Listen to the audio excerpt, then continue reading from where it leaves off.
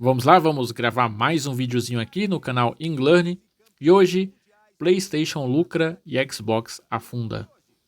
Vamos conversar um pouco sobre alguns resultados financeiros que saiu tanto da Microsoft quanto da Sony em relação à divisão de jogos Xbox e PlayStation.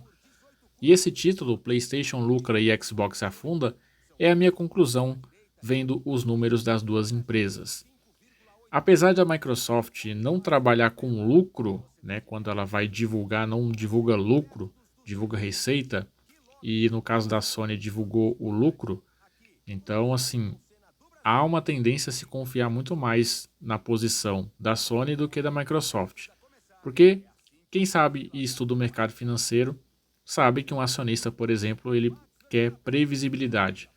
Então, uma informação de lucro vale muito mais do que uma informação de receita, né? Você tem o lucro ali escondido, então é isso aí. Eu quero começar com esse gráfico aqui, ó, fazendo a comparação de sustentabilidade de 2025-2026 do serviço Game Pass e da PlayStation Plus, por exemplo, que são os serviços, né, que estão mandando no mercado mais do que somente o console e venda de jogos. Aqui temos um indicador, né, de Sony, da PS Plus da Sony e da Microsoft Game Pass. A gente tem um modelo de receita híbrido, no caso da Plus, né, da Sony, venda de jogos mais assinatura, e a gente tem no Xbox Game Pass focado em assinatura, né, uma baixa venda direta. Na margem de lucro é alta para a Sony, as vendas diretas sustentam o serviço. E no caso do Game Pass, baixa e negativa. Os custos de aquisição, tipo uma Activision da vida, são colossais. E a fidelidade do público, no caso do PlayStation, é alta e vai criar um compromisso de pelo menos 12 meses no caso de uma assinatura anual.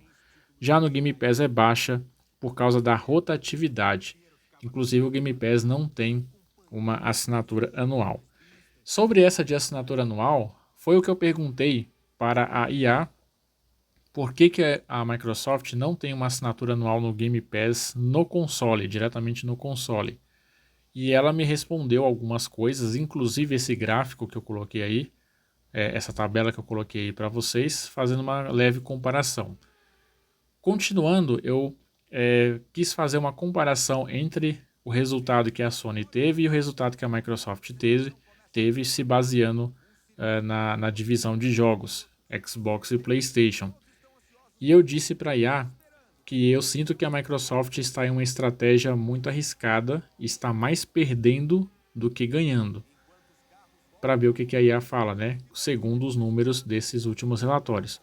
A IA respondeu para mim o seguinte: eu vou dar uma lida em algumas coisas aqui, né? Coisa que eu não costumo fazer aqui no canal, mas é importante. A IA colocou assim para mim que a minha percepção, que é a estratégia de alto risco, é confirmada pelos dados financeiros de 2026 agora, em fevereiro.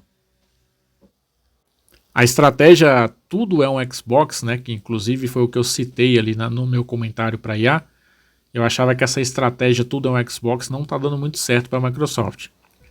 E a IA continua respondendo, né?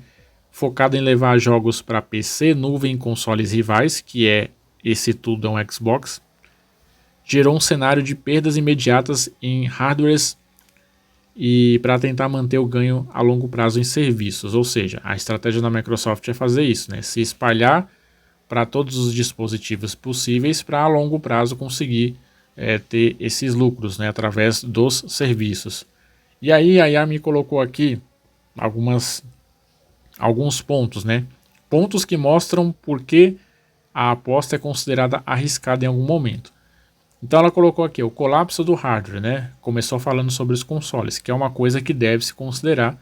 A gente sabe que a Microsoft não está focando muito nos consoles, e aqui é explicado o seguinte: o risco que é visível na queda drástica das vendas do console do Xbox, e nesse relatório de janeiro de 2026 aparece uma receita de hardware que despencou em 32% na comparação com o ano anterior.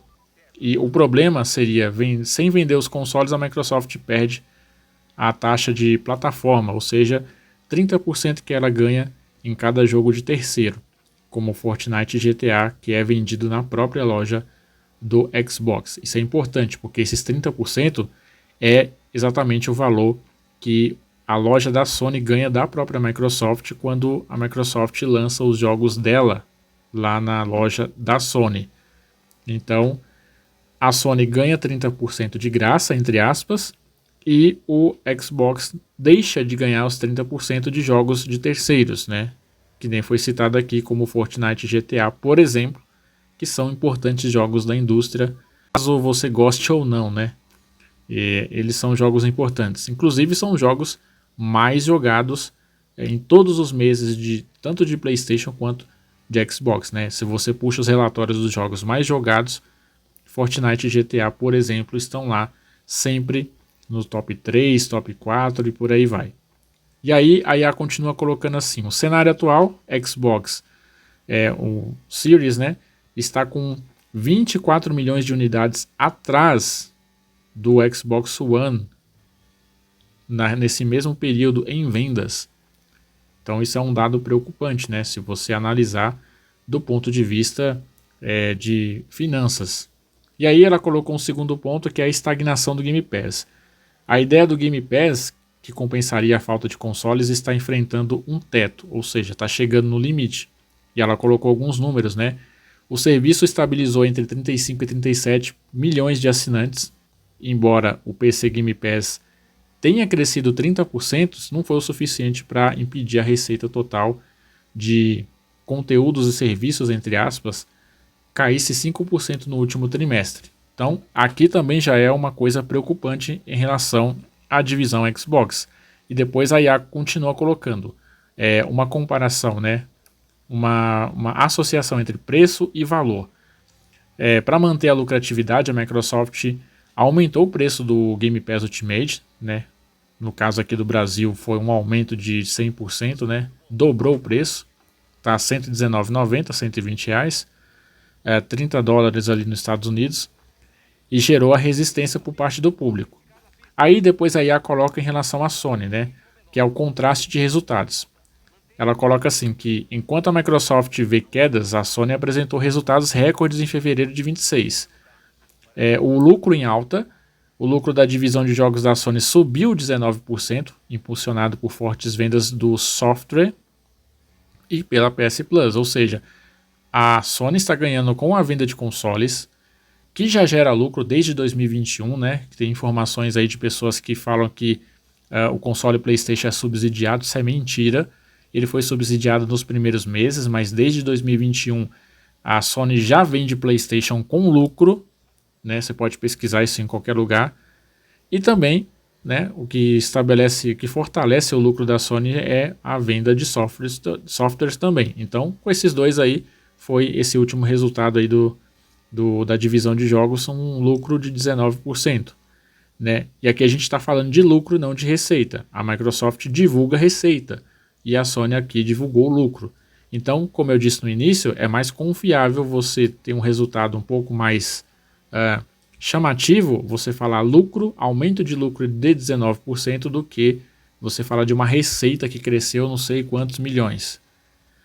A receita, no caso aqui que a IA colocou, a receita do PlayStation agora é 88% maior do que a do Xbox. E a maior diferença histórica entre as duas, mesmo após a Microsoft ter comprado a Activision Blizzard.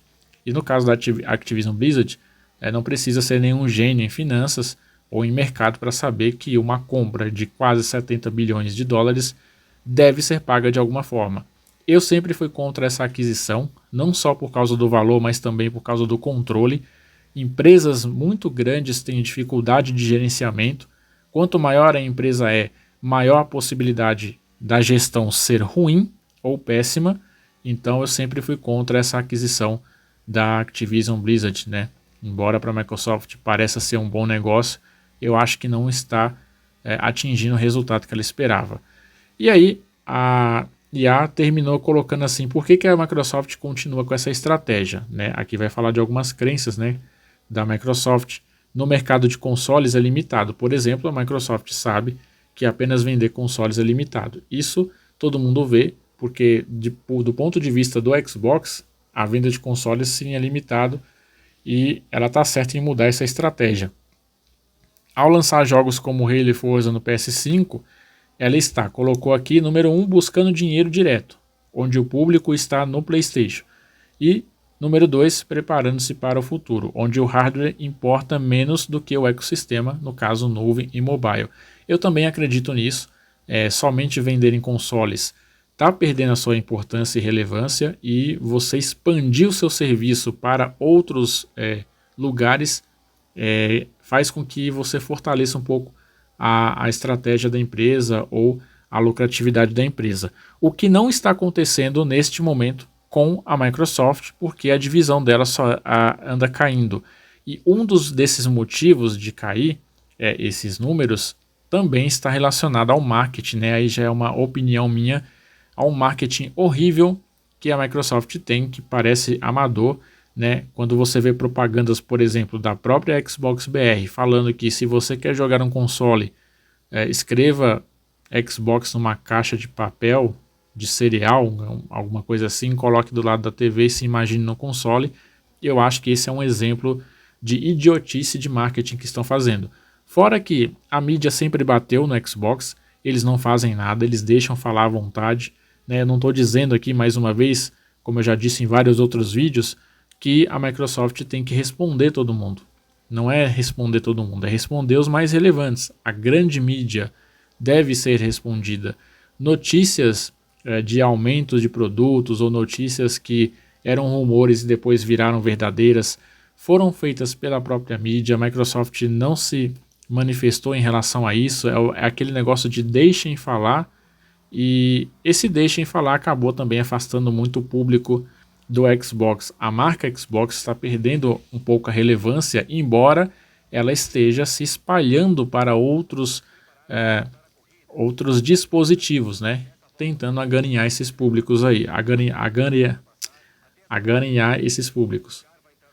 E também, eu não acho que isso seja errado, eu acho que tem que se expandir sim, porém, do jeito que a Microsoft está fazendo, está sendo um tiro no pé, principalmente com essa questão de marketing. Então, se você não traz uma boa imagem para a sua plataforma ou para o seu ecossistema, eu acho que você tende a perder público, e isso está respaldando nas finanças da divisão Xbox. Embora a divisão Xbox tenha um excelente console, ótimos serviços, eu acho que eles se livraram rápido demais do console, colocando ele para escanteio e desincentivando as pessoas a adquirirem um console. Eu acho que eles cresceram também rápido demais, principalmente com a aquisição da Activision Blizzard, que sim aumentou aí a receita da plataforma Xbox em mais ou menos uns 40%. Porém, e a compra de outros estúdios também fez com que a receita do Xbox total aumentasse bastante, mas eu acho que foi um crescimento muito rápido. A empresa já não tinha uma boa gestão, e com esse gigantesco crescimento de portfólio e de ecossistema, acaba que eu acho que a Microsoft não consegue dar conta disso. É o que eu sempre disse, empresa muito grande tem probabilidade maior de ter a sua gestão ruim e fraca por causa do controle.